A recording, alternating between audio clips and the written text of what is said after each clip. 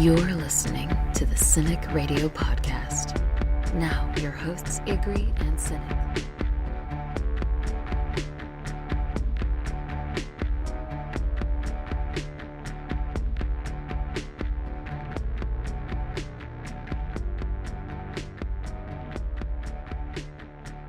Hey now everybody, happy holidays, and welcome to the 12th episode of the Cynic Radio Podcast.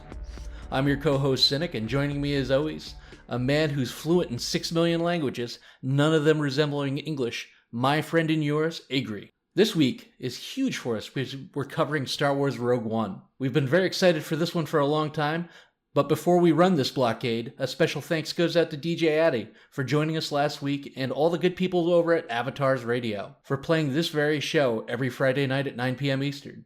Check them out at avatarsradio.info. And I assure you, this is the podcast you're looking for. Miss out on that latest viral video? Didn't see the most recent trailer for the next movie coming out? In the dark about what the biggest song in America is? We've got you covered. Every week we scour the internet and look for the latest and greatest. This is What's Up. What's up for me this week is 20-year-old Chinanu Onuaku, forward in the NBA for the Houston Rockets, just had his debut in the NBA on the 26th of December. Now that's not the amazing part. The amazing part is that Chinanu gets to the free throw line and proceeds to shoot granny style. Underhanded free throws, ladies and gentlemen. The story is, as a freshman in Louisville, his free throw percentage was somewhere around 45%. As a sophomore, he switched to underhanded style, granny style free throws, and immediately saw nearly a 20-point rise in his percentage. The last player to use this unconventional style on a regular basis was Rick Barry, who retired in 1980. So in today's world of the NBA, where flashy dunks, high-flying scoring, and trying to look cool is the new norm, taking the risk to shoot underhanded to help your team win is a big win for me. So Chinanu Onuaku, you are What's Up this week. What's up for me this week is Cindy Stowell. Who's Cindy Stowell, you ask? This courageous 41-year-old woman just went on a 6-game winning streak on Jeopardy and netted herself over $100,000 in the process. It's an impressive total for anyone, but why is this relevant, you ask? She did all this with stage 4 terminal colon cancer. Living out her lifelong dream, she never as much said a word or drew any extra attention to herself while on the show. She lost her battle to the disease on December 5th, only a few days before the episodes aired. Cindy to me is the very definition of strength. Every moment is important, and tomorrow is owed to no one. So people get screened early and often. To me, Cindy Stowell, you're What's Up.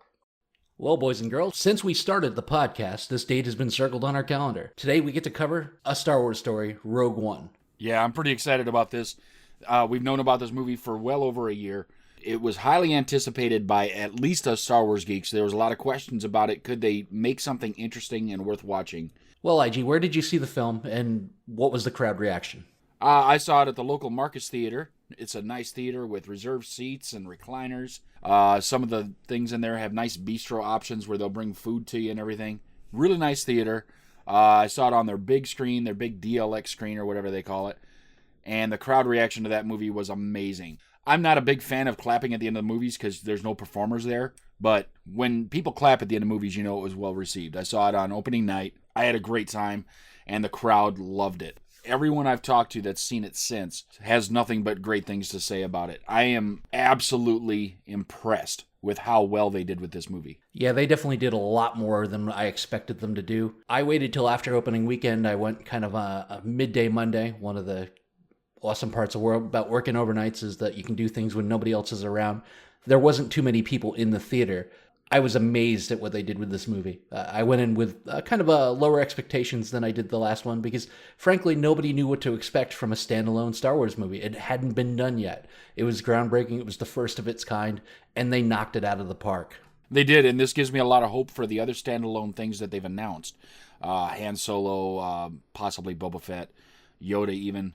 Taking something that we know a little bit about what's going on and just running with it on its own, not part of the saga, something completely independent. This makes it a really exciting time for Star Wars fans because we don't have to rely on just simply living inside of the saga. We get to see more of the universe. We get to see more of what conflicts happen outside of the main story. Well, and it screams the need for an ongoing series, hopefully on something like Netflix or HBO. Disney needs to do this tomorrow. There's just, if they're going to do it right, there's so much content, there's so many characters to cover, there's so many world events. A running series on HBO could be as big as Game of Thrones without a doubt. There's content galore. I mean, even if you did an hour or two on minor characters, little like 5 to 10 minute snippets of people in the Star Wars cantina just from that one time that they were in there in A New Hope. There's so many options of things they could do that would keep people interested in. And what I saw was they were able to take something that was a small segmented portion of the original movie. Basically, it was part of the opening crawl. No vision, no nothing. And turned that into a 2 hour and 15 minute movie. And it was a 2 hour and 15 minute movie that kept you on the edge of your seat, just praying for it to go well. And it went absolutely well. Went very well. Well, just recently there was a movie, I believe it was called Event Horizon. It was about an oil rig exploding. And then we also got a movie about Sully, who landed the airplane in the Hudson River. Both of them pretty epic events, but there just wasn't enough content to really make a movie. Visually they were great, the acting was great, but when I saw this movie, I was kind of worried about that too. Like, all right, all they're going to do is get the Death Star plans. We know how this all turns out. They can't possibly surprise us. I was wrong in every single way. I take back every doubt I had about this movie, because it was everything I expected and more, but it wasn't nearly long enough. When it was over, when the third act started, I was like, oh, this is going to close out on us soon. And I just didn't want it to end. My understanding is that they did reshoots and everybody was so concerned. They're doing reshoots this late into the game. The movie's supposed to come out in December and they're doing reshoots in the summer. Oh my God, this movie's going to suck. This movie's going to drown. I think the reshoots really were to try and ham up everything, because they kept expecting that they wouldn't be able to do what they did, which is kill off all the characters. They killed off everybody important in this movie at the end of the movie. Everybody died. Well, I don't know if we should have yelled spoiler alert in front of that, but if you are listening to a Star Wars podcast, you're going to have to expect some spoilers. The rumor going into the movie was nearly 40% of the movie was reshot, which kind of gave me pause, and I believe we had a late night conversation about that, like, oh, what are they doing? Are they really messing this up that bad? We thought that maybe they were really going to Disney this up and, maybe put in some big doe-eyed looking creatures or something and love stories and maybe even a musical number. But it turns out that whatever they did worked, because, even right now, this is getting high ratings everywhere. IMDb has it rated at an 8.2 out of 10. I know Rotten Tomatoes, it's well over 80%. It's making money. It's running into its third week now. It's been the number one movie through and through, without a doubt. I think it's already past $750 million. It's doing its job. And they didn't expect it to come close to last year's Star Wars movie, to The Force Awakens. Well, you're not going to jump in with a one-off movie and catch something that's part of the overall story, especially when we're going into it without knowing basically anybody. Advertising didn't seem like it was as heavy for like it was for Force Awakens, but I'll tell you, they were strong ads. The ads had me ready to see the movie from the first little snippet that we saw, Jen Erso. Once again, they're going back to a strong female lead, but they didn't go over the top with her like they did with Rey. I really appreciated the way that the character was a leader, much in the vein of Princess Leia. Right, she was a leader, and at the same time, you could see that she was hurt a little bit, that she was broken. She had been separated from her family, and she'd been a criminal, she'd been in prison. To show that she had some vulnerability and everything in a way different than Rey did. Rey was just abandoned. You could see that Jen Erso had led a very conflicted life, and it had some actual real problems, and skirted the law at times, and was still able to lead, but she wasn't willing to lead on her own. She kind of was thrust into that position, and I thought that was cool. But on the flip side, you had to know she was a hero, and here's why. She was wearing a vest, and Star Wars heroes always wear vests. Leia wore one in Empire Strikes Back. Han Solo always had his vest. Even Rey in The Force Awakens had a vest. What I like about this new brand of female lead as well, even though she was more like an apprehensive protagonist, they will go it alone if need be. If they weren't going to jump on the ship with her and go to Scarif and do everything they needed to do, she was going to go on her own. And I can appreciate that not only is she a leader, but she's an independent thinker.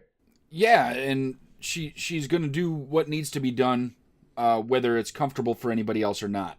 And if other people want to go, then I guess she reluctantly will let them go, but she's going to do what needs to be done. And that speaks volumes about the character and about this movie, because she is not the only one to have done those types of things. Anakin Skywalker did these things. Obi-Wan Kenobi did these types of things. Leia did these types of things.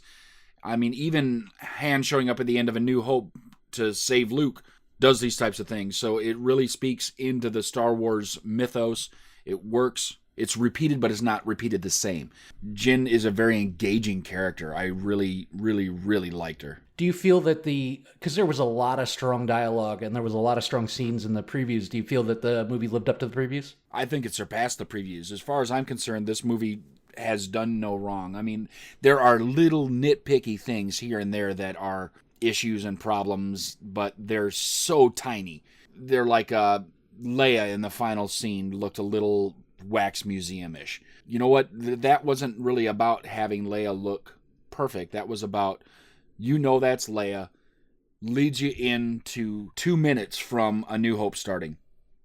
It worked, so I mean, nitpicky things I can pick on, but the movie as a whole being, I have zero problems with it.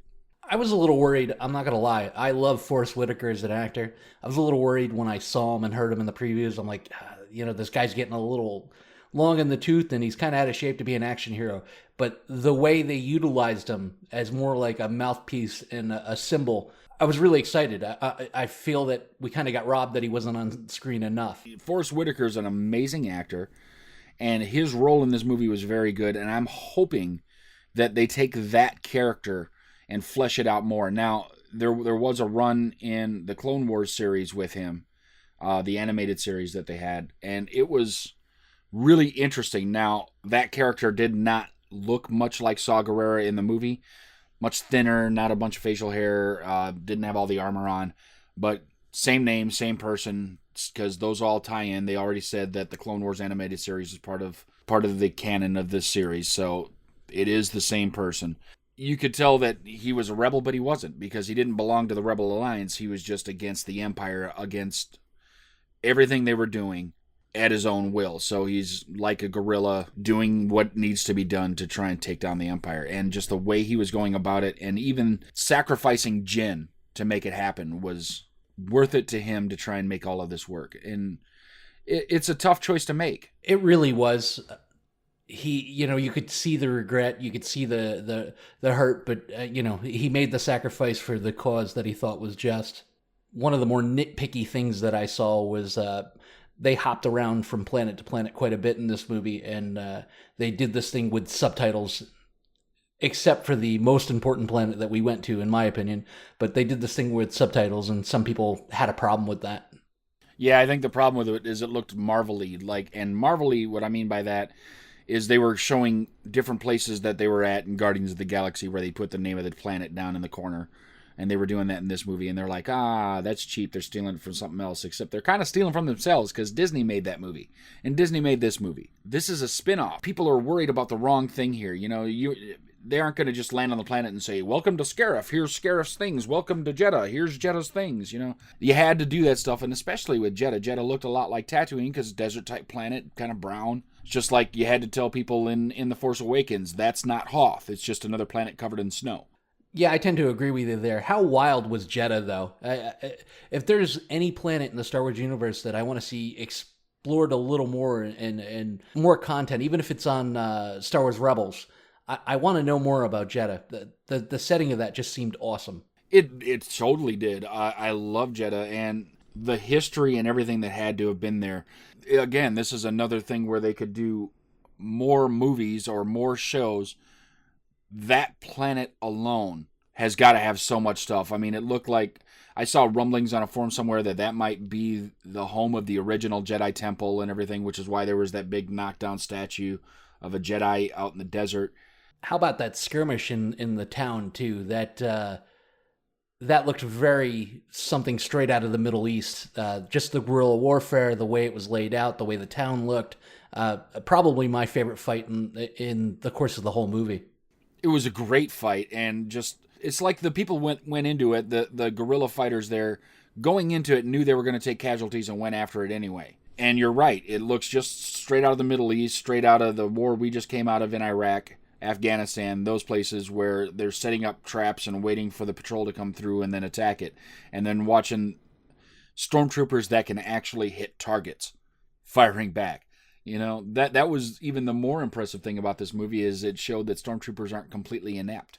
Yeah, I think that the original trilogy, this is the problem I have with them jumping backwards, but the original trilogy really left a lot of holes and misconceptions on what some of the characters in the Star Wars universe are, and how, like you said, how inept the stormtroopers are, and how the good guys are pristine white and the bad guys are bad. And we saw multi-facets of every single side of the conflict in this movie. Yeah, from the extreme on both sides, you saw the worst and the most apt of the Empire and the outcasts from the Rebel Alliance. You know, the people that are too rebellious to be rebels, which is something that almost doesn't make sense, but it worked. Oh yeah, it worked a ton. We got to see that the rebel side was doing whatever they could to stay in the fight, including outright murdering people or sabotaging or doing things that may put civilians in jeopardy. And then we got to see what, we guessed all along, but we got to see it outright, was the sheer treachery within the ranks of the Imperials. How it's dog eat dog and I'll cut your throat if it means I'm going to get your position. I was really excited. I can't wait to see more of that type of thing. And there's so much more that they can do. I mean, even in the other spin-off movies, we're going to get some of this. I mean, Han Solo was rumored a long time to have been a former Imperial officer and everything, so we might even see some of that stuff in the Han Solo spin-off, which is supposed to start filming in the spring. This is so much wonderful stuff coming, and this just solidified that Disney can make a movie in the universe that does not have to be in the saga. Going into this, did you have any apprehension about there not being any kind of familiar characters in the movie? A Han or a Chewie or a Luke? I did a little bit, but very little, and the reason being is I knew going in that this was going to be an offshoot, and I knew that there were going to be a couple of crosses where things come back in where you see something, even if it's only a glimpse, so that if you needed that little bit of nostalgia to kind of pull you back in momentarily, you'd get it. It was just going to be in the universe, so there was going to be familiarity, but it wasn't going to be Star Wars itself. It's a Star Wars story. All right, so there was a lot of things going on in this movie and a lot of new characters and everything, but of course we got a lot of cameos as well. So what was your favorite cameo? Your ties into the other movies, your ties into the shows, which would be the animated series and everything. What did you see that like helped pull you into this even further? Well, it was a quick one, and it was on Jeddah, but it was that Ponda Baba and Dr. Evazan. Right. Because they're responsible for some of my favorite Star Wars dialogue in A New Hope. He doesn't like you. I don't like you either. I use it almost daily. Do you think that they had all 12 systems of death sentences at this point, or were they working their way through the systems? Seeming that the timeline between it probably isn't long, I would say that they're probably at their height of their villainy at this point. But it was a weird random thing for them to throw in, and as a fan, I absolutely loved it. That was a good one. I really enjoyed it. C-3PO and R2-D2 hanging out in the base on Yavin 4. That one struck out to me pretty well, and it was a quick, there they are, and then they're gone. I liked that one a lot, and I saw that the Ghost, the ship from Star Wars Rebels, was in the formation to go and into the final attack in space. That was a cool callback. But, yeah, I mean, Ponda Baba and Evazan, that was one of the best ones, but I liked R2-D2 and C-3PO because that solidified this is a Star Wars movie because they are the characters that have now been in every single one. Well, they ran the gamut. They went to the original series right away. We saw some Blue Milk, and like we said, Ponda Baba. They went to Clone Wars, where you got to see Saw Gerrera. They went to Star Wars Rebels, where you've got to there was characters' names. There was Ghost. The droid was in the background. They hit the Clone Wars movies as far as Bail Organa was there and present and actually had lines and was kind of imperative to the story. They did the impossible in this movie. They tied the whole Star Wars genre together. Yeah, it was very awesome. Now, we were talking earlier about how they named all the planets they were going to. one planet they didn't name, they went and visited Darth Vader in the Darth Vader house. Now, we all think it, but they didn't say it. Is this Mustafar? Did he go and build a castle on the planet where he got burned up? Well, I know in the EU it was located someplace else. All indications is this is Mustafar, and that really gives Darth Vader just another dark element to him, just another brooding, self-torturing element. And I really hope it is. I think it would be the most intelligent thing if they did. Once again, it's a tie-in to, the Attack of the Clone Wars and that run, Revenge of the Sith. It needs to be Mustafar at this point. I believe the fans all want it. Right, don't you think that gives him another level of badassery? Another level of, I am so bad that I got hacked up on this planet, burned up, inches from death, and I built a house here. It really does. It's like, this is now, his home planet went from Tatooine to where he was born, but this is where he died and he was reborn. It really is a dark, torturous element for Darth Vader, and I hope they do it right, and I hope we explore it more, because one of the things I saw after we went and watched the movie was the call for a rated R Darth Vader origin story, post him becoming Darth Vader all the way up to Rogue One, and I think we need that. Seeing him flying around the galaxy, hunting Jedi, he was kind of really like a stiff figure because technology and the costume being what it was in the 70s when the movie was made. They finally made Darth Vader a true badass in this movie, where he was just tearing through troops trying to get the plans back, and we need more of that. I ate that up with a spoon. That was one of my favorite parts of the movie. Oh, and it was so amazing. Speaking of people that are just badass, one of my favorite new characters, the Force is with me, I am strong with the Force, Chirrut Îmwe. Is he a Jedi?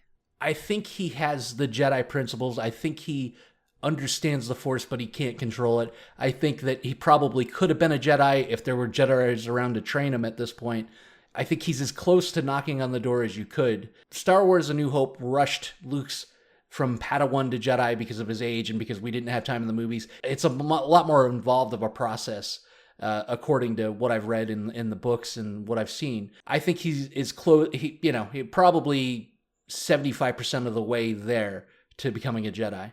And how about his buddy Baze? If there wasn't a callback to the Rebel Commandos with the armor and the big automatic weapon, probably my new favorite duo in the Star Wars universe. Yeah, it's almost the new Han and Chewie, except you can understand both of them. It was great. And Baze, and here's the thing, I think they are both Jedi trained, and I think they are both Force sensitive, if not completely Force aware. Chirrut Îmwe may be a Jedi, but with him being blind and everything, handing him a lightsaber might not be the greatest idea. Baze, I think, is at least Force sensitive because, did you see some of those shots he made? It was amazing when you can blast that many shots out rapid fire and not hit your buddy in the middle of it. I think there's some Force sensitivity there. Either that or a tremendous amount of accuracy, but they do bring that up in previous books and movies where people are, they even go as far to say, Leia is so accurate with her blaster because of her ties with the Force, or even Han's. Like Han's never-ending streak of luck might be some sort of tie-in with the Force around him. There was a momentary moments that you really got to be a big Star Wars nerd to get, because they were talking about Chirrut and Baze, saying that they're former people where they were keepers of the wills. Now, to get this, you had to be a big Star Wars nerd to understand that the very first script of Star Wars said that there was the adventures of Luke Starkiller from the Journal of the Wills. Wills spelt differently, not like, the will to survive, but it has an H in it. These guys were the keeper of the wills in a planet where they were harvesting the crystals to create lightsabers. So I think that all ties into maybe they were with the Jedi Order. Now, they're old enough to have been there when the Jedi were still near their end after Order 66. This is where it ties into me. Did you catch that Journal of the Wills thing, or am I just that big of a nerd and you didn't know it? I had a slight idea. I wouldn't be able to explain it like you just did, but I had a slight idea that that was all a tie-in to previous scripts in a pre-New Hope era. Yeah, it's just, that's big nerd stuff, and I'm sorry if I'm boring any of you out there, but that really helped bring everything in even more for me, because to understand that they're looking so far back and trying to find things, That was great. We've got all new characters, all new stuff. All of our main players are different, and we get a new droid. And this new droid is great, K2SO. Now, K2SO did some very good action things. He did some very good droid things. And he did some very good comedy things. So, in your opinion, K2SO, is he better than Laurel and Hardy? Or C-3PO and R2-D2? Or is it just different? You can make Chopper as badass as you want, but he'll never be R2-D2. K2SO, much better than C-3PO. I saw a funny little thing online where there was a back and forth between Anthony Daniels, who plays C-3PO, and Alan Tudyk, who plays K2SO. Poor Anthony Daniels has been jammed into this, and it made his career, so he's thankful, and he never passes up an opportunity to voice C-3PO in any of the books or cartoons, or so he's been riding that carpet for a long time. But he came up and saw Alan Tudyk in just the CGI outfit rather than a full body armored droid, and there was a little funny back and forth where Anthony Daniels is like, "This is all they make you wear? You've got to be kidding me. I've had screws in my forehead for 30 years now." Times have definitely changed. I'm happy they are. I mean, K2SO was the comic relief. He had some dramatic moments. He had some real action-packed moments. All that with a droid that couldn't change facial expressions. Yeah, he was absolutely wonderful. It can't be a Star Wars movie without someone attempting to say, I have a bad feeling about this, and this movie, it came from K2SO. That was great, and, it's even funnier when you're like, a droid having a feeling makes me crack up every time, and I know C-3PO has said it in the past. I think it's not better, it's just different. Better than C-3PO alone, maybe. Better than C-3PO and R2-D2 as the duo that they are, just different. I don't think he's better. Speaking of duos, how about the conflict between Governor Tarkin and Director Kiernick? Just the way they were constantly trying to one-up each other. Kiernick went to Vader around Tarkin's back. I loved that element of the movie where, it was kind of like a dog-eat-dog situation. This is a great weapon, you barely completed it, but this is a great weapon. Now I'm taking it. Vader kind of spurring it on by saying, no, you're still in charge. Don't worry about Tarkin. There's all kinds of conflict there, and they're both trying to stand on each other's shoulders and make themselves look tall. It's really almost comical, but stressful comical, where they just keep pushing each other's buttons to see which one's going to crack. It's the weirdest game of poker or chess you're ever going to see, and the only losers are whoever they go against with this badass new weapon. While we're on the subject of Tarkin, I've seen some complaints, and I think this just goes into the category of nitpicker. I've talked to 3 different people that I have dealings with on a daily basis or at work, and they had no idea that Tarkin was CGI. They had no idea that the actor had been dead for, since 94. Peter Cushing was in the great Star Destroyer in the sky with his slippers on. They had no idea. And I'd give it as far as 85 to 90% where it was a believable character. I realize this is a kind of a newer technology, but as far as his character goes, not only could you not tell the story without him, you needed him. He was imperative. So what do? Do we get an actor that looks like him and throw prosthesis on him and that'll be a distraction? Or do we almost nail it with CGI and make it a believable situation? Well, you're right. They almost nailed it. It was near perfect. Of course, not perfect. It's hard to generate an actual person with a computer.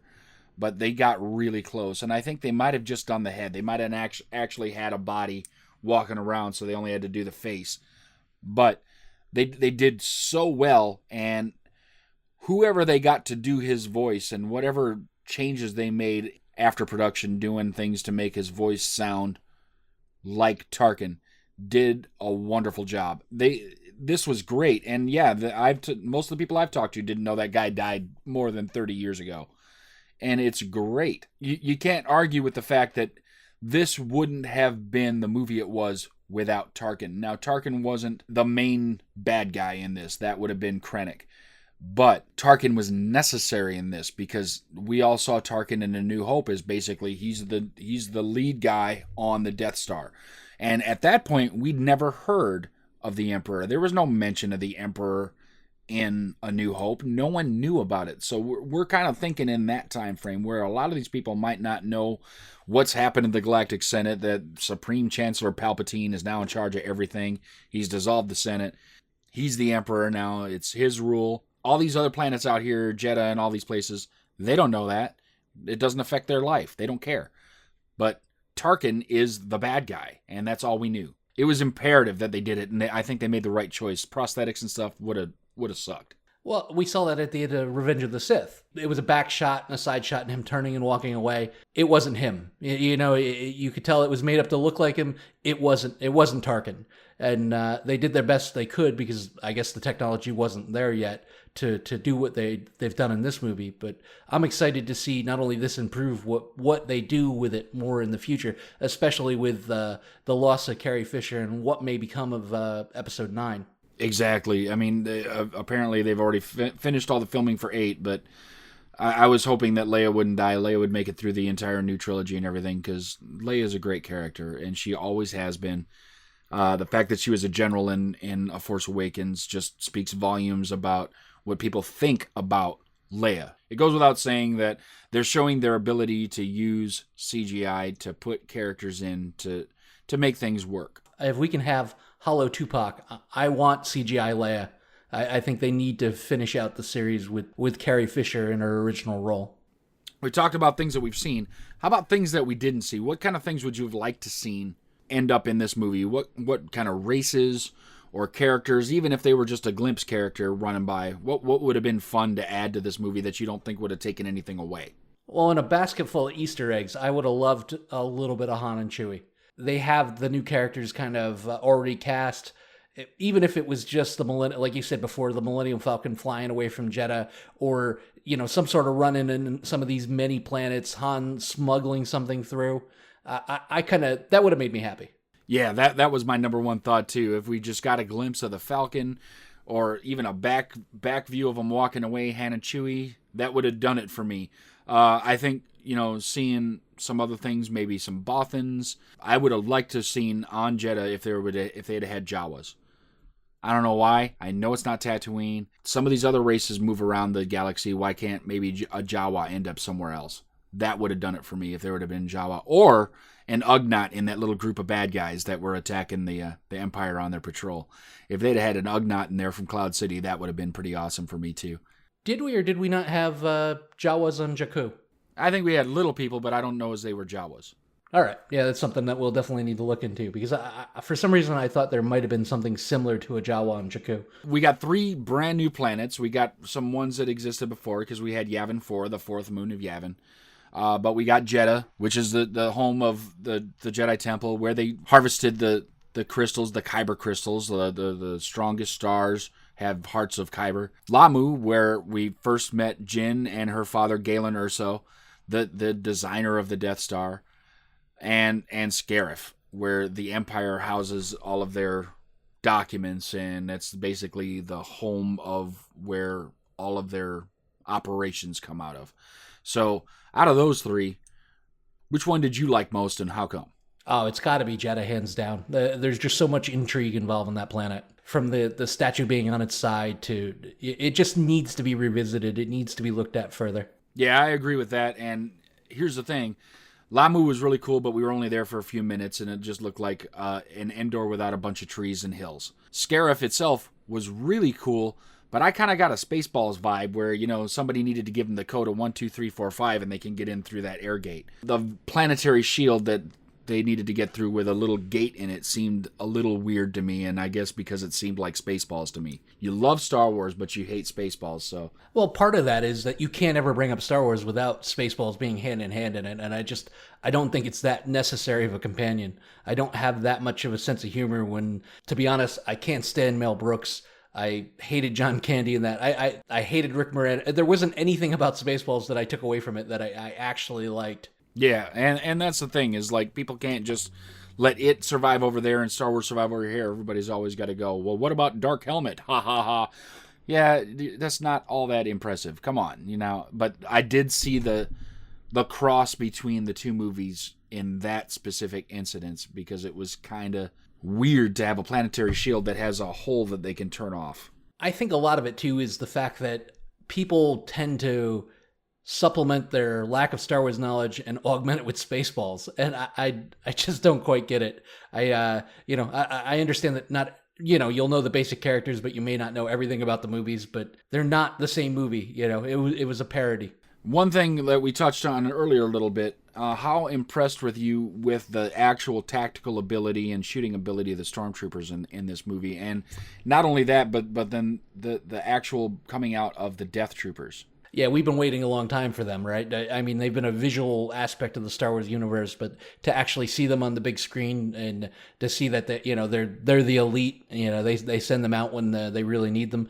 Much like we said, the stormtroopers have been kind of cast as inept forever, and to see that they're a force to be reckoned with, I liked the insight that this movie gave to the Star Wars universe. It tied so many things together. It answered so many questions. I want the next trilogy movie, but I want the next standalone movie like tomorrow. Again, knocked it out of the park with this, that now my anticipation for the next movie has only grown. I mean, they got a director that, it wasn't a big name director. It wasn't the same type of thing. It was Gareth Edwards. Gareth Edwards, really known for doing monsters in the last Godzilla movie that, it was okay, but I mean, it's not all that special. But he was no J.J. Abrams. Everybody knows who J.J. Abrams is. Gareth Edwards, you'd have been like, you couldn't pick him out of a crowd. Nobody knows who he is. And that's fine. But they showed that this material is so strong that they can make a good movie even when it's not inside of the saga. It's an outlier movie. And this just says that, hey, let's get going. Let's do some more stuff. So I'm really excited even for the next ones, because it's not JJ doing the next one. It's another guy. And that's great. They built a formula that works. Kathleen Kennedy over there at Lucasfilm is doing a great job. She's picking the right people. She's directing them the right way. She's pushing people to get quality stuff out for us big Star Wars nerds. And it's a wonderful world to be alive in right now. I hate to say it, but based on what they've done with Marvel and what they've done with Star Wars, if they buy anything they want tomorrow, I'm not going to have a problem with it. Because I was a little worried. You don't ever see a monopoly of all the things that you love. One company, you got to wait for this or you got to wait for that. And what they decide to give you, it really sounds like they're giving the fans what they want now. I mean, we've got a full docket of Marvel movies coming, and they can't seem to miss over there, even Doctor Strange being an enormous hit for them. And then we turn around and we give a movie where nobody knows anything really about it other than the Death Star plans are involved, and they knock that out of the park too. People are arguing, and I've seen polls where they like this better than they liked The Force Awakens. I could see why, because this is completely original. The Force Awakens had such a similar feeling to A New Hope because, it basically had the whole struggle reformed.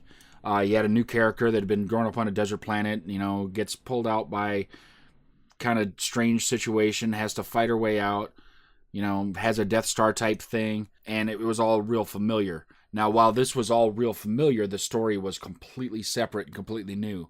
So I could see where someone would like this more. Force Awakens is a great movie, don't get me wrong, and I really enjoy what that's set up for the future, so I'm hoping that we're going to get the big payoffs that we got in the original trilogy. But this one, we don't need any more movies to pay off this movie. This movie is a standalone, and it's one and done. That just gives us possibilities for other standalone movies. This is great, and they did a perfect job. Disappointed in the fact that we can't revisit those characters going forward in the storyline. However, it opens it up where we haven't maybe seen the last of Cassian or Jyn or so. If we take a look back in timeline, Cassian was definitely a complex character. He was a badass, but he also had a bit of a conscience. He realized that the things that he's done can no longer be taken back, but he's done them for a cause, so he stands behind them. You saw that early in the movie where he was kind of in the corner with the informer, realized that this guy's going to get captured and tortured, and he's probably going to give me up, and I can't escape with him. So he just walked up and he put him out of his misery, so to speak. And it showed a little bit of cold-heartedness, but showed that the rebels are real and that they're going to do what needs to be done. And if that means killing some people so that they can't be compromised, that's what you got to do. That's what you got to do. As with every Star Wars movie, there's always moments of comedy and levity and things to keep you from going too far down the rabbit hole. There were some really funny lines in this movie. What stuck out to you? I would say K2SO's line about, why does she get a blaster? Do you realize the likelihood of her using this on you? It's high. It's very high. my favorite, without a doubt, my favorite line of the movie. A couple other ones I really liked. I liked when they put the bag on Chirrut Imwe to mask where they're going, and he's like, "Really? I'm blind." That one worked for me. Darth Vader with his snarky line and his dropping the mic moment of choking Director Krennic and say, "Don't get too choked up on your achievements, Director Krennic," as he's force choking him. That was kind of cheesy to be honest. And the most cheesy line in the movie was when Chirrut walks to the middle to defend our heroes, and one of the stormtroopers goes, "Hey, he's blind." Come on, dude, really? I mean, and there was a bunch of them. I mean, it's like, and K2SO had a bulk of lines. "I will not kill you." He says, "I can't." That just worked. It's like, oh, I would kill you, but he says no. So you get to live. Yeah, or there's an awful lot of explosions going off for two people that are trying to stay undercover. Or when the other Imperial droid pops up and Jin shoots him, and he's like, "Hey, did you realize that wasn't me?" K2SO was absolutely basically the new comic relief of this movie, but not alone, because Chirrut, for a blind guy, I mean, I guess they say that sometimes when people lose some things, gain some disabilities and stuff, that they find ways to make up for it. And Chirrut Imwe is no slouch in this, because he's just kind of comical in the whole thing, and at the same time, the biggest badass that I've ever seen in any of these movies. First of all, because he's blind, and second of all, because he fights his way through a crowd of stormtroopers. The guy he's an animal. He's an absolute animal, using the Force to guide him. My biggest regret with this movie is that as Vader's carving his way through the Team Devo with the funny hats up, leading from the Rebel Armada ship to Tenet 4, I wish that Chirrut and Baze were up there to fight Darth Vader just for like 30 seconds, just to put up a fight long enough for the plans to be handed off and Leia to take off with them. I would have loved to see the almost like the karate aspect, because their deaths were kind of wasted. They just didn't go out with the kind of bang that I would have hoped two strong written characters would. I would have loved to see them just stand up to Vader, even for a little bit. I think it would have made the movie for me. Just his stick versus Vader's sword, and then maybe Baze gets a couple shots in, and then he crushes both of them, and cut scene to Leia flying away with the plans. It would have been perfect for me. That's the only beat in the movie I think they missed. 10, 15 seconds. That's all they needed, and that would have been the coolest thing ever. But you saw the ability there with Chirrut, and that's why, as far as I'm concerned, biggest badass in this movie had to have been Chirrut. At least biggest badass for the good guys, the quote-unquote good guys. Vader showed a whole new level of badassery in this movie, from seeing him in his house to just how he moved in this movie. So when he finally showed up on Scarif to try and stop this from happening, and he was plowing through people and everything, this is the Vader we needed. And again, like you said, in the 70s, because of the costume and the effects and the technology available, that wasn't possible then. But the fact that they ignored all that and gave it to us now speaks volumes about what they were doing with this movie. It's just hard, though, IG. If you watch the movies chronologically, we go from the original movies, or we go from episodes 1, 2, and 3, where everything's so bright and vibrant, and the Jedis are acrobats and they're master swordsmen and samurai, and then we even get to this movie, and Vader's a complete badass, and then we go jump to A New Hope, and we see the fight between him and, understandably, Ben Kenobi, older, not the technology that he's hanging out on Tatooine, just kind of aging with the weather. Vader, once again, this is his standout performance, and then the next time we see him on film, he's moving like that stiff character where the costume was probably maybe a total of 3 pieces with not a lot of flexibility. That bothers me a little bit. I think that stuff does take away a little bit from A New Hope, but I think the positive thing is that they didn't let that concern them in making this movie. They gave us what we deserved and not what had to make it fit with the other stuff. And that's what I appreciated. I see your point completely, but I'm glad that they didn't take that as an opportunity to screw us going backwards and say, hey, we can't let Vader be that tough. We can't let Vader move that fluidly. We can't have him cutting through people because it's going to screw up episode 4. If they were worried about that, then that was done in 1, 2, and 3. If it leads to a Vader Solo movie, I'm all for it. There was a few things that they changed in this movie that people had a little bit of problem with, like no crawl in the beginning and the time jump. They've never done that before. There were, little nitpicky things that just drive me crazy about it. It's almost like that people go to these movies now not for the experience or not to love what they're watching, but to pick out flaws or to be the one that sees that, the spoon changes hand mid-scene, so they can go home and angrily type it up on Twitter or something like that, Rather than loving something as a whole, they want to find little nitpicky things. This is not part of the saga, so not having the crawl, although maybe a bit jarring for a Star Wars fan, I see why they did that. It made sense. I hope that's a thing with the side movies, that they only save it for the trilogy-based movies. Again, there was so much film familiarity. One thing that kind of stuck out to me, I thought was absolutely hilarious, and there was no speaking, nothing really going on, but when they first introduced us to Galen Erso, Jyn Erso, and everything, when they went to where they were living initially in this world, they went to their planet on Lamu, and it seemed like they had moisture evaporators running on this planet. Now, is water such a problem in the entire galaxy that even on planets where vegetation is plentiful and it seems like they have water and everything, that they still have to farm water from the air? It seems as so. Maybe there's some sort of corruption within the soil, but when they said he was farming, I'm guessing it was moisture, right? No, he had an actual farm growing right there outside of his house and everything. And I just thought it was funny. It was kind of a throwback to A New Hope again, because out there on Tatooine, they had the moisture evaporators running, right? And that's what they were farming, is water, because you live on a desert. What's the most precious commodity is water. Well, it seemed like they were farming water where they have water. They had lakes and things like that. I mean, we can take water out of the ocean now that you drink that, you die. But we can desalinate it, treat it and everything, and you can drink a cup of it in an hour and everything is fine. That just kind of cracked me up. And you really had to be paying attention, because it was basically as Krennic and his cronies were flying down in to see him, you saw the moisture evaporators on the hillside. I have to say hats off to this whole cast and crew.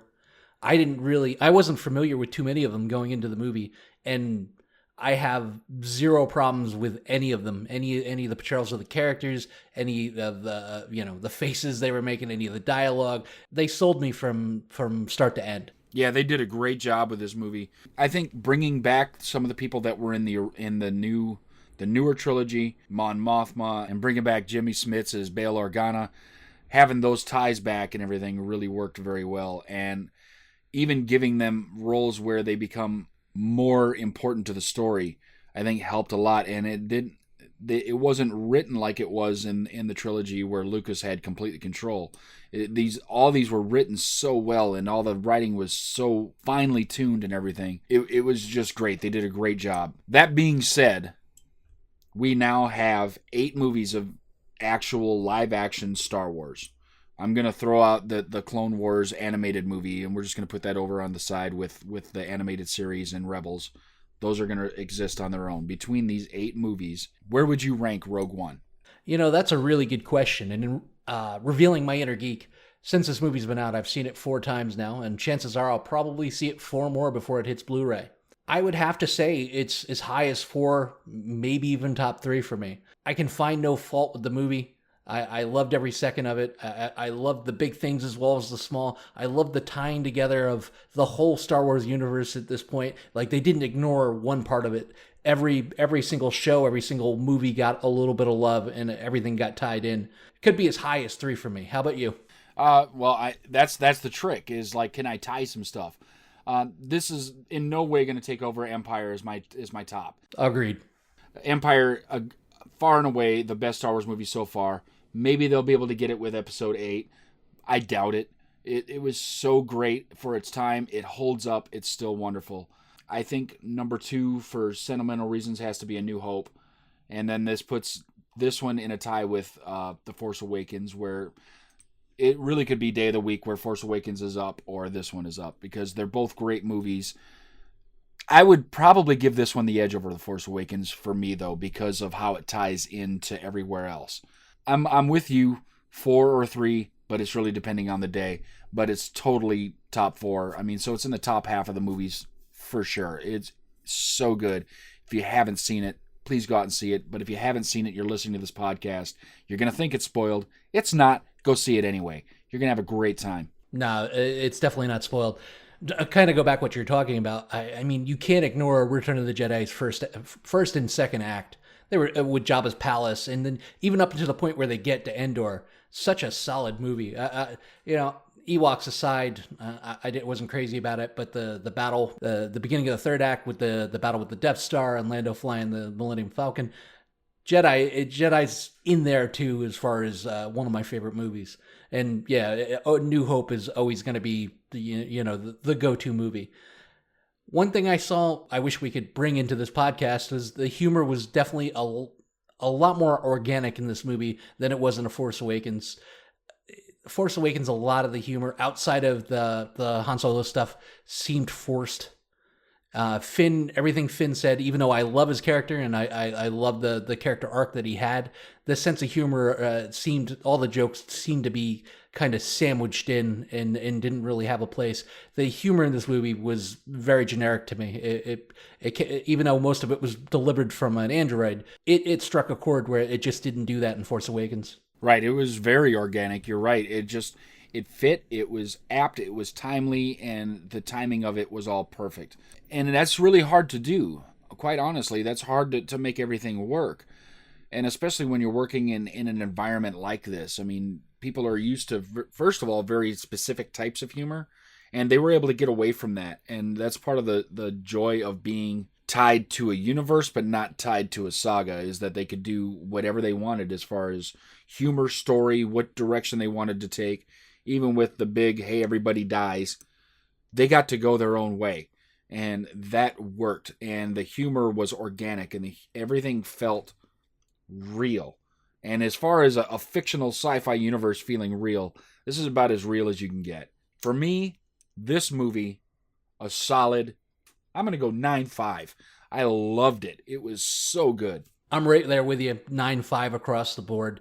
I don't know how they could have made it any better other than those small little points that we looked at. They hit a home run with this. They hit a grand slam in the bottom of the ninth with this. It's an amazing movie. If you haven't seen it yet, you gotta go. Go more than once. Star Wars Rogue One. So on one of the saddest notes this podcast will ever encounter, on the 27th of December 2016, we lost Carrie Fisher. We lost our princess. Leia is gone forever, and we're sad about it. But we're not here to spread sadness. We're here to talk about how important Carrie Fisher, and especially her role as Leia, was in our lives. We grew up, both of us, Cynic and I, in an era where she was the first true international female action hero.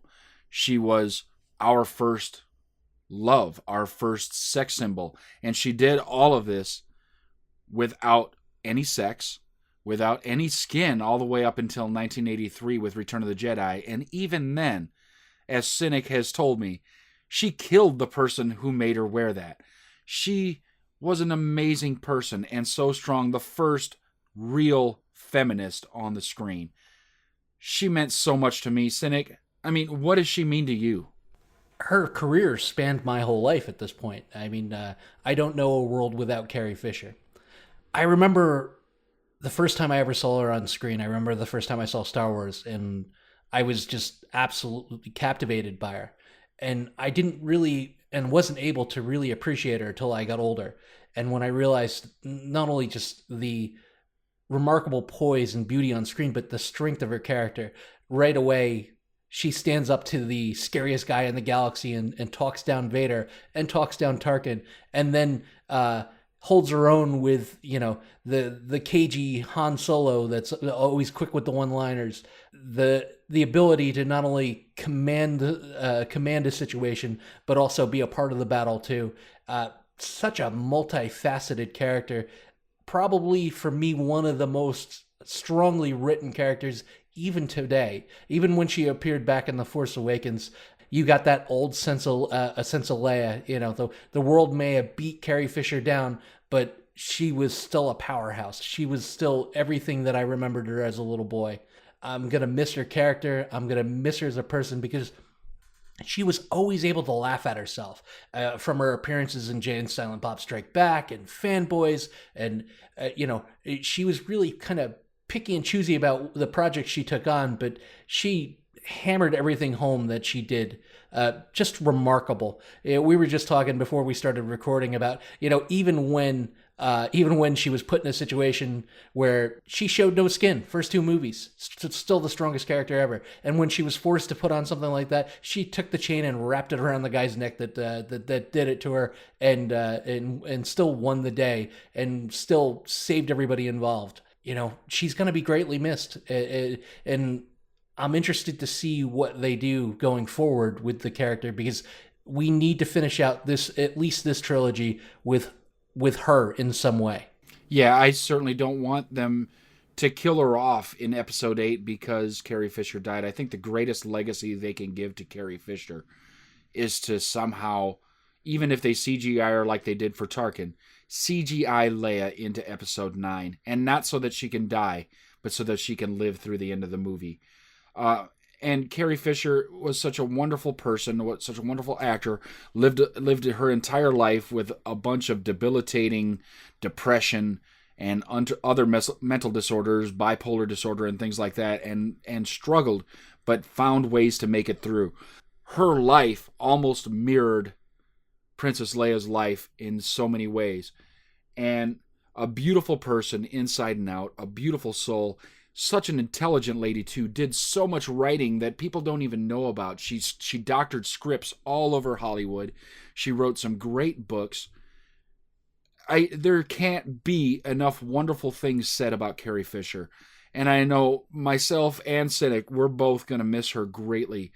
And we're gonna go on here and we're going to talk some more about some things in the future that are really going to touch us about things, but I don't think anything is going to touch us as much as this right now. She's always going to be one of the holy three to us. Han, Luke, and Leia are Star Wars, and being a lifelong Star Wars fan and the pillar of everything that our IG and our friendship's built upon, it definitely hit us hard. But Carrie Fisher, Princess Leia, she spawned a whole new wave of the Maggie Greens and the Daenerys Targaryens. Little girls everywhere wanted to be Princess Leia. Little boys everywhere wanted to be around Princess Leia. And that still rings true today. As new generations of fans are introduced to the original Star Wars movies, Carrie Fisher is an icon, and that's never going to go away. It never is. She is a powerful, strong, loving, beautiful, wonderful, almost perfect being. And we're going to miss her. And we want to finish this with a story that she told, talking about when she was filming the original Star Wars, A New Hope. She said that George came up to her on the first day of filming, looked at the dress she was wearing, and says, "You can't wear a bra under that dress." She said, "Okay, I'll bite. Why?" He says, "Because there's no underwear in space. What happens is you go to space, you become weightless. So far, so good, right? But then your body expands, but your bra doesn't. So you get strangled by your own bra." Carrie Fisher said, "I think this would make for a great, fantastic obituary. So tell my younger friends that no matter how I go, I want it reported that I drowned in moonlight, strangled by my own bra." So, Carrie, you drowned in moonlight, and you were strangled by your own bra. We miss you. We love you. Rest in peace, Carrie Fisher. So now, ladies and gentlemen, boys and girls, children of all ages, it's time for Really. I'd explain it. Just listen. You'll get it. Well, IG, my Really this week goes out to the people who are lining up. And if you're eating, you may want to stop for a second. The people who are lining up for rat burgers. Yes, I said rat burgers. They've become all the rage in Russia. But Cynic, you ask. How many rats would it take to make a burger? They're using something called the nutria, which is commonly known as the river rat. It's about the size of a small beaver, and it's a vegetarian. Before we roll our eyes at the Russians and call them savages, this is also a thing in Cajun cooking in Louisiana. I'm as open-minded as they come when it comes to food. But you'll always get a firm pass from me when rodent is on the menu. Rat burgers. Really? Really for me this week goes out to the hashtag Dump Star Wars. This alt-right group of morons decided that they were going to try and run a boycott of the new Star Wars movie Rogue One by putting out a Twitter hashtag saying, "Dump Star Wars." Alt-right mouthpieces said they were running the boycott triggered by Trump supporters feeling attacked by the film. How so? In November, the official Star Wars Twitter account sent out a tweet asking, "Are you with her?" These alt-right morons decided this was an attack on the Trump campaign directly and started their campaign with hashtag Dump Star Wars. Well, Dump Star Wars group says they have claimed a victory. They say Dump Star Wars worked. Rogue One, not a huge hit, lost money compared to the last Star Wars. Great. Well, if you call making $290 million in a weekend losing money, then great. This is the 4th largest opening of a movie ever, trailing only Avatar, Lord of the Rings, and last year's Star Wars flick. Disney actually said that they did not expect this film to make anywhere near the amount of money that last year's did, and it's still one of the top movies of all time opening in December. So hashtag Dump Star Wars. If you think you got it really done this time, if you think you made some kind of a commitment that really showed out to these people, all I have to say to you, really? And that's going to do it for episode 12 of the Cynic Radio Podcast. I'm Igor, and that's the Jedi Master Cynic. We've had a great time talking to you this week. Check us out at cynicradio.com. Find us on Facebook at facebook.com/cynicradio. We're on Twitter at Cynic Radio, and send us email at cynicradio@gmail.com. Send us your comments, questions, concerns, and any rebel scum you may have captured. I find your lack of faith in the Force disturbing, and until next time, don't get captured. Follow the podcast on Twitter, Facebook, and at cynicradio.com. Available for download on iTunes.